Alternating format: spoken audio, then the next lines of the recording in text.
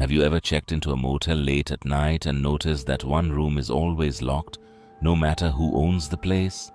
They may tell you it's under repair, but what if that's a lie? Tonight's story might make you think twice before spending the night in room 13. It was close to midnight when Daniel was driving alone through a heavy rainstorm on a lonely highway.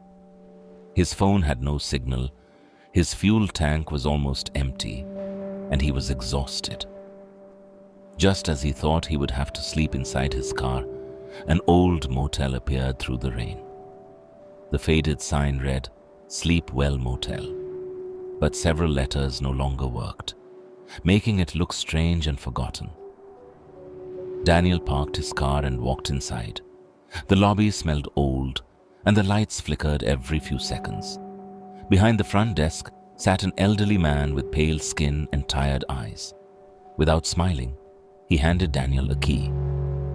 "Room 13, he whispered. Daniel looked surprised because many hotels skipped that number, but before he could ask anything, the old man quietly said, "Do not open the bathroom door after 3 a.m., no matter what you hear." Daniel laughed nervously, thinking it was just a strange joke. He walked down the long hallway where every step echoed in the silence. Room 13 was at the very end. The wallpaper around the door was peeling, and the air felt much colder than the rest of the motel. Inside, the room looked old but clean enough. There was a small bed, an old television, a wooden chair, and one bathroom with its door slightly open. Daniel closed the bathroom door, locked the room, and tried to sleep. At exactly 3 a.m., he woke to the sound of soft knocking. Tap, tap, tap. It was coming from inside the bathroom. Daniel froze. He remembered the old man's warning and stayed in bed. The knocking became louder. Then a little girl's voice whispered, "Please, help me. I'm scared." Daniel's heart raced. The voice sounded real, frightened, and desperate. Every instinct told him someone needed help. But something felt wrong. There were no windows in the bathroom. No one could have entered. He covered his ears, hoping the sounds would stop. Instead, the whispers changed. "Daniel, open the door. I know you're awake." His blood turned cold. It knew his name. The doorknob slowly began to turn by itself. Click, click, click. The bathroom door shook gently, as if someone inside wanted to come out. Daniel grabbed the blanket and stared at the door without blinking. Suddenly, the television switched on by itself. The screen showed black and white security camera footage of the motel hallway. Daniel saw himself standing outside room 13, just a few minutes earlier, but then another figure appeared behind him. It was a tall woman wearing a torn white dress. Her face was completely hidden behind long black hair. She followed him into the room, but Daniel had entered alone. He looked around in panic. No one was there. The bathroom knocking became violent. Bang! Bang! Bang! The walls shook. The lights flashed rapidly, then complete silence. Daniel slowly looked at the clock. It was 3:13 a.m.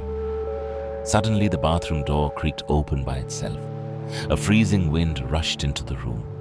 From the darkness, a pale hand slowly reached out, followed by the woman from the television. Her feet never touched the floor. She floated toward Daniel with unnatural movements. Her hair slowly lifted, revealing a face with empty black eyes and a wide smile that stretched far beyond human limits. She whispered, "No one ever leaves room 13. Daniel screamed and ran for the exit. He pulled the door open and rushed into the hallway. Every room was gone. The hallway stretched endlessly into darkness. The wallpaper had turned black, and the ceiling dripped with dark liquid. Behind him came slow footsteps. Step, step, step. He never looked back. Somehow he found the lobby again and burst through the front door. Morning sunlight filled the parking lot. His car was still there. Shaking, he drove away without stopping. Later that day, Daniel searched online for Sleep Well Motel. He found only one result. A newspaper article from 25 years earlier.